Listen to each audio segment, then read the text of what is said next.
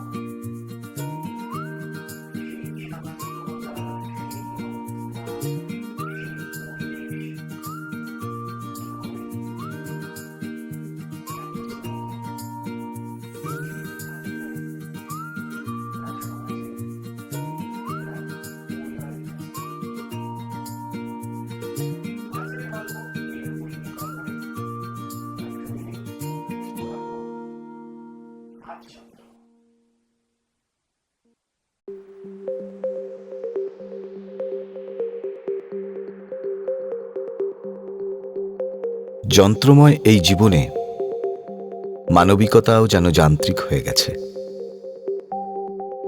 সবকিছুর সঙ্গে যেন একটা কিছু পাওয়ার সম্পর্ক জুড়ে তৈরি হয়ে গেছে আজকের সম্পর্ক। আজকের সম্পর্ক হাতের যন্ত্রে আবদ্ধ। তাই তো গুড মর্নিং থেকে হ্যাপি বার্থডে সবটাই এক লাইনে। মনের ভাব, মনের প্রকাশ সবটাই আজ ডাউনলোডের জগতে ছবিতে আবদ্ধ। ছবি পাঠালেই দেখা হয় লাইক আর কমেন্টস। তাতে নির্বাচিত হয়ে যায় প্রেম ও ভালোবাসার সম্পর্ক। যত বেশি লাইক তত বেশি ভালোবাসা, আর যত কম লাইক তত বেশি অছেদ্যা, অবহেলা। তাই পণ্য কখনো পর্ণ, আবার সম্পর্কও কখনো তার সীমাবদ্ধতা ছাড়িয়ে হয়ে উঠেছে খোলামেলা। যত খোলা তত লাইক বা মেলার ভার। আজকের দুনিয়ায় মনের সত্যতা যাচাই করা সত্যিই দুরূহ। তাই মন কার কোন দিকে কখন ঢলে তা বিচার্য বিষয়। প্রেম যেন আজ একটা নিয়ম। এই নিয়মের গণ্ডিতে সবাই ভেসে চলেছে আর হেসে চলেছে। হাসাহাসির জগতে মানবিকতা ও সম্মান অসম্মানের গণ্ডিটা খুব ছোট হয়ে গেছে। তাই ফ্যাশন প্যারেডের নগ্নতা যেন উৎসুক নয়নে চেয়ে থাকা। 8 থেকে 80 আজ সবাই জালের দুনিয়ায় জলাঞ্জলি দিয়েছে নিজের প্রকৃত মানবিকতা। অ্যাপস আর ওপেন টু অল মানুষকে শিখিয়ে দিয়েছে আগামীর পথ চলায় তোমার অ্যান্ড্রয়েড দরকার, কারণ সেখানে আছে রাতের অন্ধকারে বালিশের পাশে শুয়ে দেখা পর্নোগ্রাফি, বা বন্ধুদের সঙ্গে আলাপচারিতায় তোলা নিবিড় নিবিষ্ট নোংরা ছবি।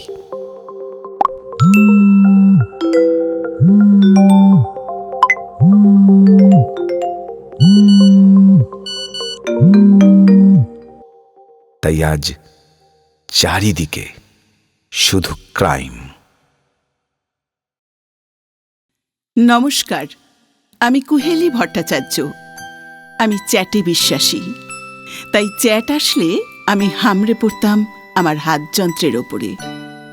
কথা, গোপন কথা সবই সোশ্যাল মিডিয়ায় ওপেন ফর অল।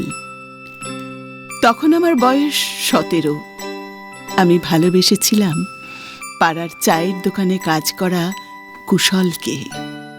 শিক্ষা দীক্ষা আর বালাই বিচার কিছুই নেই, নেই ভবিষ্যৎ পরিকল্পনা। আছে শুধু শরীর ঘিরে চাহিদা মেটানো। তাই আমার সঙ্গে কুশলের শারীরিক সম্পর্ক যে হয়নি তা অগ্রাহ্য করি কি করে? অ্যাডের দুনিয়ায় ঝিল থেকে পিল সবই জানা। তাই রোগ নেই স্বভাবে, রোগ আছে আগামে। একদিন হঠাৎ একটা ভিডিও উঠে এলো সকলের মোবাইলে।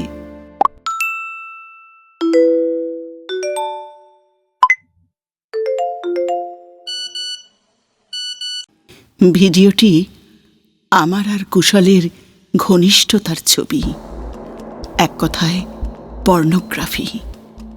স্কুল থেকে বিতাড়িত হয়ে আমি তখন ঘরের কোণে একা। তুই তুই এটা করতে পারলি? তুই আমাদের চোখের মণি, তুই তুই কিভাবে পারলি এটা করতে? হ্যাঁ রে, তুই একবারও ভাবলি না আমাদের কথা, আমাদের মান সম্মানের কথা? সবার কাছে আজ আমরা কত ছোট হয়ে গেছি শুধু তোর জন্য, শুধু তোর জন্য। তুই যা করলি তা কি সমাজ মেনে নেবে আদৌ? আর তোকে তোকে কি মেনে নেবে?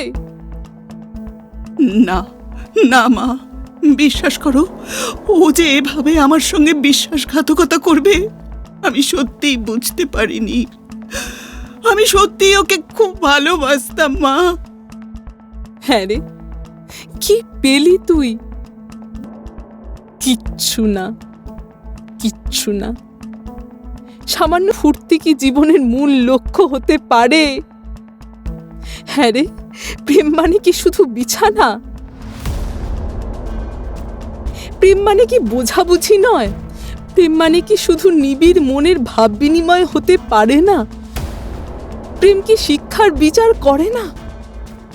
হ্যাঁ, তোর আবদার মেটাতে গিয়েই তোর পছন্দের ফোন কিনে দিয়েছিলাম। হ্যাঁ মা, কিন্তু কি হলো? এই ফোনই তোর জীবনে আজ অভিশাপ হয়ে দাঁড়ালো। আজ আমি বুঝেছি কুশল যে অপরাধ করেছে তার জন্য ওকে পুলিশে ধরে নিয়ে গেছে। জেল ফেরত কুশল কি বিয়ে করবে আমাকে? তোমরা কি মেনে নেবে তাকে? আমরা সম্ভ্রান্ত পরিবারের, আমরা কিছুতেই কুশলকে জামাই হিসেবে মানতে পারবো না।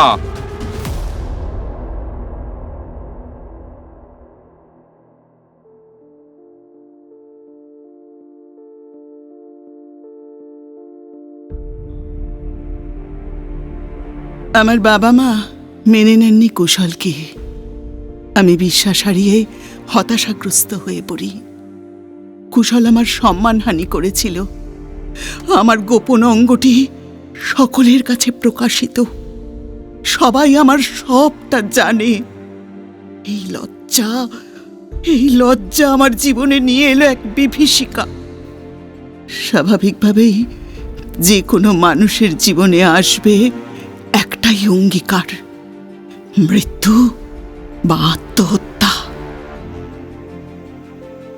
আমি ঠিক করেছিলাম হেরে যখন গেছি, যখন আমি পণ্য হয়েই গেছি, তখন আর কোনোভাবে অন্যায়কে প্রশ্রয় না দিয়ে শুধু একটি প্রশ্ন জিজ্ঞেস করব কুশলকে।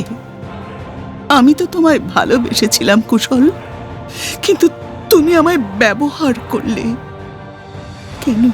কেন? ভবিষ্যতে আমি ভালো হতে চাইলেও আমি তো ভালো হতে পারবো না, কারণ আমি সহস্র মানুষের মোবাইল থেকে আমার নোংরা ছবিটা ডিলিট করতে পারবো না। তাই ডিলিট করব তাকে যে আমার সঙ্গে নোংরা খেলায় মেতেছে।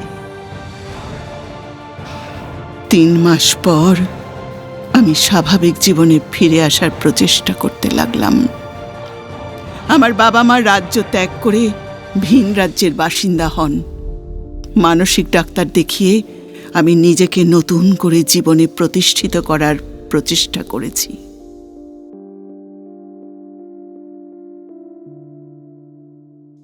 আমার বয়স তখন 20। গ্র্যাজুয়েশন কমপ্লিট করে বেসরকারি সংস্থাতে বা স্কুলে চাকরি করাই তখন আমার উদ্দেশ্য। একটা বছর আমার নষ্ট হয়ে গেছে। নষ্টামোর জন্য নষ্ট তো হবেই।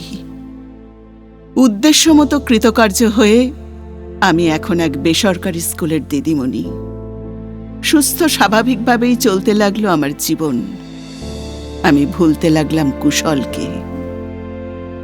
জীবনের একটা নিবিড় মুহূর্তে স্কুলেই চাকরিরত অনিমেষের সঙ্গে মন দেওয়া নেওয়ার সূত্রে আমি আবদ্ধ হয়ে পড়লাম। কিন্তু কিন্তু আজ আমি খুব সংযত, কারণ আমি বাঁচতে চেয়েছি, মরতে চাইনি। আমি মনে করি মরা মানে পিছিয়ে যাওয়া। ভালোবেসেছিলাম যাকে, বিশ্বাসানি সেই করেছে। দোষ অবশ্য আমারও। আমি নিজেকে সংযত রাখিনি। আমি নিজের মন পড়তে পড়তে মাঝে মাঝেই চমকে উঠতাম, আর অতীত আমাকে মাঝে মাঝে শাসানি দিত। একদিন অনিমেষ এলো আমার বাড়িতে।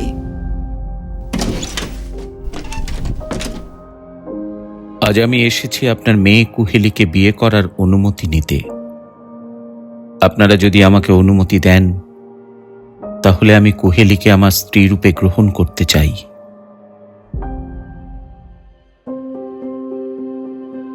হ্যাঁ, আমরা তোমাদের সম্মতি দিলাম। হ্যাঁ আর নায়ের দোটানাতে পড়ে আমি সম্মতি দিলাম।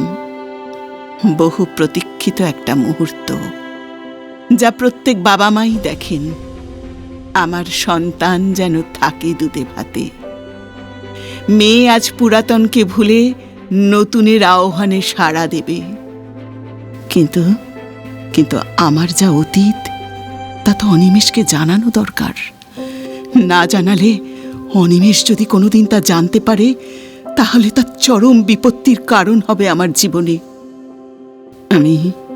আমি অনিমেষকে আমার সমস্ত ঘটনা একদিন খুলে জানালাম। আমি সব শুনে তোমাকে আশ্বস্ত করলাম ও স্ত্রীর মর্যাদা দিলাম কুহেলি। আমি খোলা মনের মানুষ, তাই এই সব তুচ্ছ ঘটনাকে আমি কোনো পাত্তাই দিই না। আমি কথা দিলাম, তোমার অতীত আমাদের দুজনের মাঝখানে কখনো আসবে না, কখনো না। আজ আমি সংসারী। সংসার জীবন আজ আমার কাছে একটা নতুন মাত্রা দিল। আমি এখন হাসতে পারি, হাসাতেও পারি। হাসাহাসি, ভালো লাগালাগি, ভালোবাসাবাসি ঘরে নিয়ে এলো এক নতুন অতিথিকে, আমার আর অনিমেষের ছেলে সুকান্ত। আমাদের আদরে যথা নিয়মে বেড়ে উঠল সুকান্ত। সুকান্ত স্কুল থেকে যখন কলেজের গণ্ডিতে, তখন তখন সুকান্তর আচরণের কিছু পরিবর্তন লক্ষ্য করলাম আমরা। আমাদের মনে হলো ছেলে কারো সঙ্গে ঘনিষ্ঠ সম্পর্কে আবদ্ধ হয়েছে, তাই ছেলের সঙ্গে এখন বন্ধুর মতো ব্যবহার করা উচিত। তবেই ছেলে তার মনের কথা আমাদের জানাতে সক্ষম হবে। এই অভিসন্ধি বুকে নিয়ে সুকান্তর সঙ্গে আমরা দুজনেই বন্ধুর মতো মিশতে থাকলাম। কিন্তু কিন্তু আমরা কিছু আন্দাজ করার আগেই অনিমেষের এক বোন, যে বহু দুঃসম্পর্কের, সে বিশেষ কিছু মেসেজ পাঠালো অনিমেষের ফোনে। মেসেজ এবং লিংক যা কিছু পেলাম, তাতে দেখা গেল অনেক মহিলার সঙ্গে সুকান্তর বহু পর্ণচিত্র। অনিমেষ গুম হয়ে গেল। যে আদর, আবদার, আকাঙ্ক্ষা, না পাওয়ার যন্ত্রণা আজ তাকে মানুষ করেছে, সেই না পাওয়ার যন্ত্রণা সে তার ছেলেকে কোনোদিন বুঝতে দেয়নি। কিন্তু কিন্তু কোন অভাবের ফলে সে আজ এ কাজ করছে? স্তব্ধ নিবিড়তা ও নীরবতা নেমে এলো আমাদের সংসারে। অনিমেষ প্রশ্ন করল সুকান্তকে, সুকান্ত, এসব কেন? ভালো লাগে। শুধু শরীর, মানসিকতা বা মানবিকতার কোনো পরিচয় নেই তোমার মধ্যে? এ কথা তোমার মুখে মানায় না। তার মানে কি বলতে চাও তুমি? সুকান্ত তার মোবাইল খুলে 17 বছর বয়সের কুহেলির আর কুশলের ঘনিষ্ঠতার সেই পর্ণচিত্র তুলে ধরে উভয়ের সামনে। স্তব্ধ কুহেলি। অতীত কখনো চাপা থাকে না। সে মাটির তলায় চাপা থাকলেও ফুঁড়ে একদিন না একদিন বের হবেই। অনিমেষ মারতে উদ্যত হয় সুকান্তকে। সুকান্ত বাবার হাত ধরে নিয়ে উত্তর চায়। আজ মা যে কাজ করেছে সেই কাজের জন্য খেসারত কেন আমায় দিতে হবে?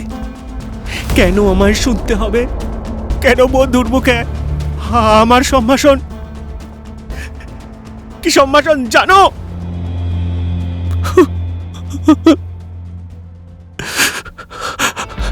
আজ আর আমায় কেউ সুকান্ত বলে ডাকে না। এটা আমার নতুন পরিচয়। কেন? কেন মা, কেন? স্তব্ধ হয়ে যায় সব। নিঃসম্বল নিরাশ্রয় সমাজ যেন এক হত্যাপুরী। এর কিছু পর চোখের জল যখন শুকিয়ে যায়, তিনজন আসে খাবার টেবিলে। খাওয়ার পাট চুকিয়ে সবাই শুয়ে পড়ে, কিন্তু তিনজনের ভোর হয় না আর কখনো।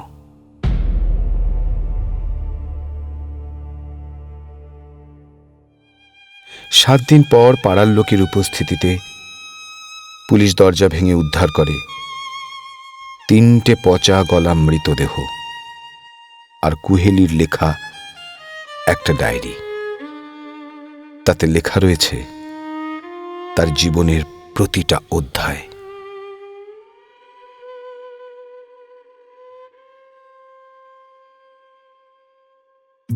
আজকের মতো গল্পের দর্পণের সময় শেষ।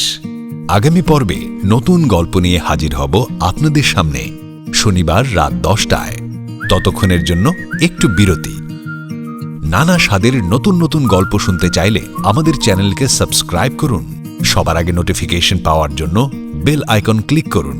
বন্ধুদের সাথে শেয়ার করুন আর অবশ্যই লাইক আর কমেন্টস দিতে কিন্তু ভুলবেন না।